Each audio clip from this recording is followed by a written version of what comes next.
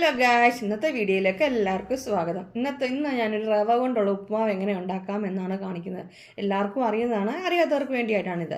അതിനായി ആവശ്യത്തിന് റവ എടുക്കുക. ഞാനിവിടെ വറുത്ത റവയാണ് എടുത്തിരിക്കുന്നത്.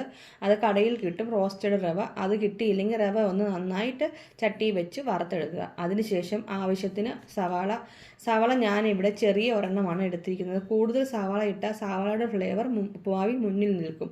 അതുകൊണ്ട് ചെറിയൊരു സവാളയാണ് ഞാൻ എടുത്തിരിക്കുന്നത്. പിന്നീട് ഇഞ്ചി, പച്ചമുളക്, ക്യാരറ്റ്, ബീൻസ്, കരിവേപ്പില ഒക്കെ എടുത്ത് ഇതുപോലെ അരിഞ്ഞു വെക്കുക. ശേഷം തട്ടി വെച്ച് വെളിച്ചെണ്ണ ഒഴിച്ച് കടുക് ഇട്ട് പൊട്ടിച്ച ശേഷം അരിഞ്ഞു വെച്ചിരിക്കുന്ന പച്ചക്കറികൾ അതിലേക്കിട്ട് വഴട്ടുക.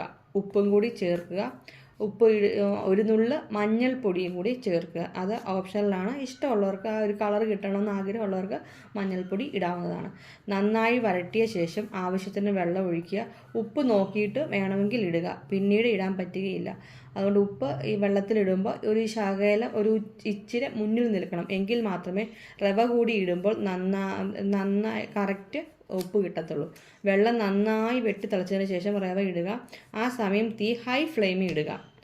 റവ അത്യാവശ്യം വെള്ളത്തിൽ മുങ്ങുന്ന പരുവമാകുമ്പോൾ നന്നായി വേഗം ഇളക്കി എടുക്കുക.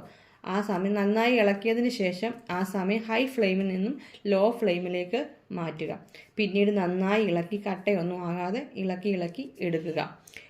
പിന്നീട് നന്നായി അടച്ച് ഒരു 5 മിനിറ്റ് വയ്ക്കുക. രുചികരമായ ഉപ്പുമാവ് റെഡിയായി.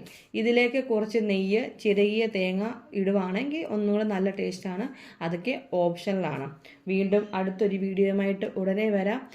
വീഡിയോ ഇഷ്ടപ്പെട്ടാൽ ലൈക്ക് ചെയ്യാൻ മറക്കരുത്, ഷെയർ ചെയ്യാൻ മറക്കരുത്, സബ്സ്ക്രൈബ് ചെയ്യാൻ മറക്കരുത്. ബൈ.